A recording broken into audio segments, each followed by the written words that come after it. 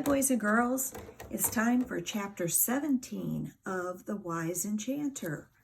The children are searching for the symbol for Q. Quick, yelled Michael. Run for higher ground. He took Rukmini by the hand, and she took Sifo by the hand, and he took Lauren by the hand, and they ran, carrying all they had up and away from the beach. Sand and rocks tumbled beneath their feet as they scrambled up a rocky embankment.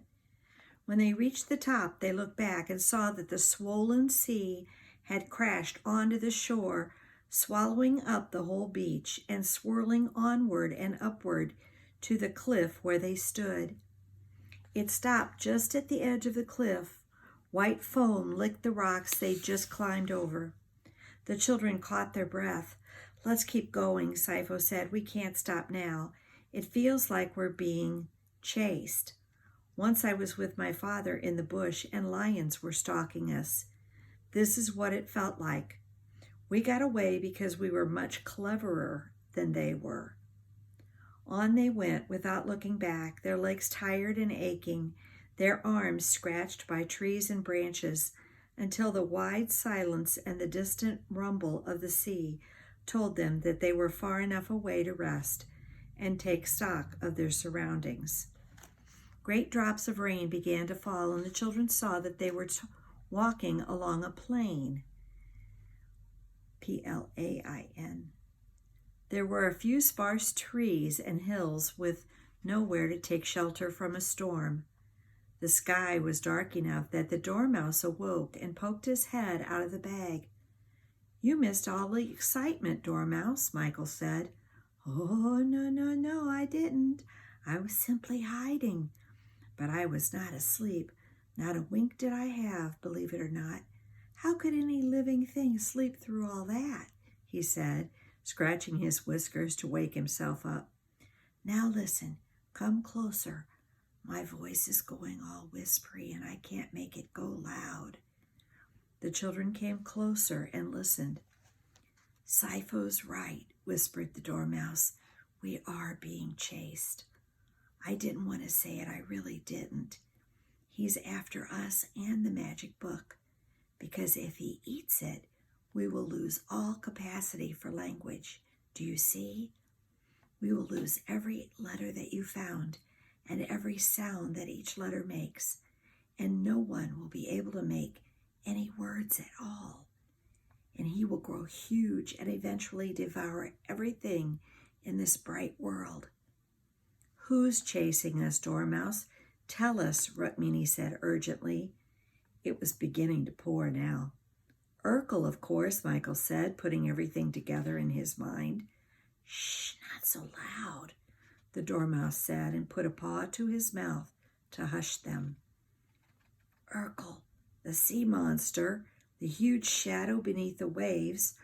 Urkel is the chaser of the dolphin and the master of the dwarf at the door who had managed to steal all the D's. Does everyone see? Michael continued. Urkel wants the magic book. The children all nodded solemnly. They were soaking wet. What are we to do? Rukmini asked finally. Look into the opal, Lauren, and tell us, the Dormouse said. Oh yes, my precious opal. I'd almost forgotten it, Lauren said. Excitedly, she fumbled into her pocket, and there, smooth and cool between her fingers, she found the beautiful stone. The children all crowded around to look at it. It was a beautiful deep blue color. They could see the heavy storm clouds in the stone, and the light changed as rain fell onto it. Lauren wiped away the rain with her hand, and as she did so, reflected in the stone, the children saw the dark clouds parting, and then shining stars peeping out, and soft white clouds drifting across the sky. It's beautiful, Lauren breathed. As they stared, they all felt as though the vision they were seeing in the stone became enormous. Lauren felt herself beginning to spin and fall. She held on to Rukmini, who also felt as though she'd lost her balance. Then Michael and Sipho both grabbed tight hold of the dormouse. They all were truly spinning around, falling into the exquisite sky that waited to embrace them in the stone's reflection. When the spinning stopped, the children were sitting right on top of the softest, fluffiest clouds, high in the night sky. The moon shone through the higher mountains of mist and lit up millions of sparkling crystals embedded in the billowing clouds.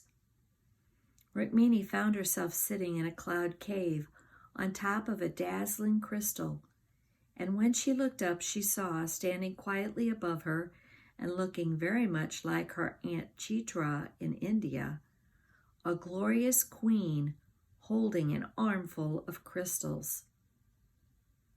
"Hello, Rukmini," said the queen very quietly. "I am the quiet queen of dreams. I have come to help you and your friends." "Thank you," Rukmini murmured, and glanced over her shoulder to see if her friends could see the queen too.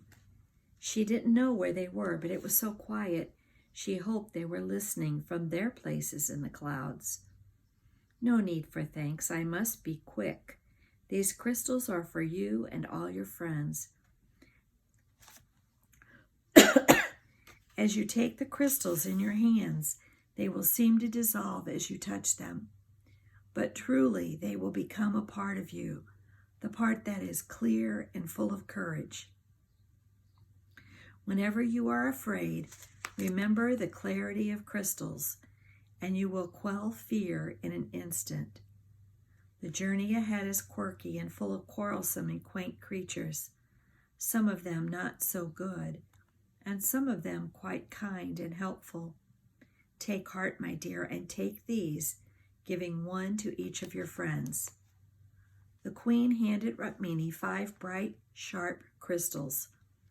As she gratefully accepted them, she fell through the clouds and spun around until she landed softly on the ground next to Lauren and Michael and Sipho and the dormouse.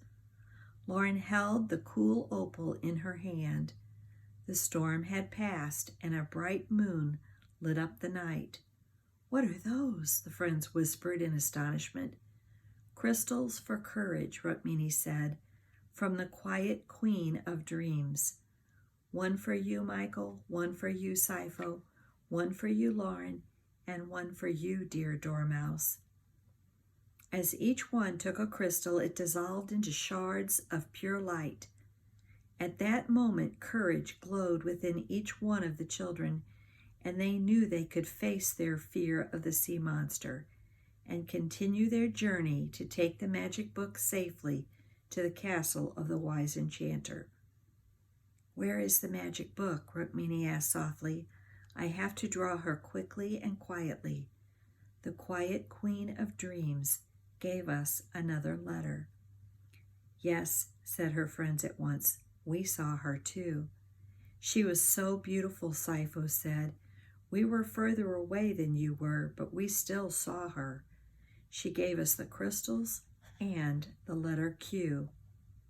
By the light of the moon, this is exactly what Rukmini drew."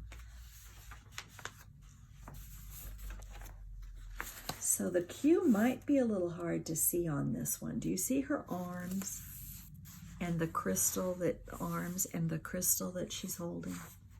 I just knew Q was going to be queen, didn't you? I had a feeling. I hope you can see it. Awesome. I can't wait for chapter 18.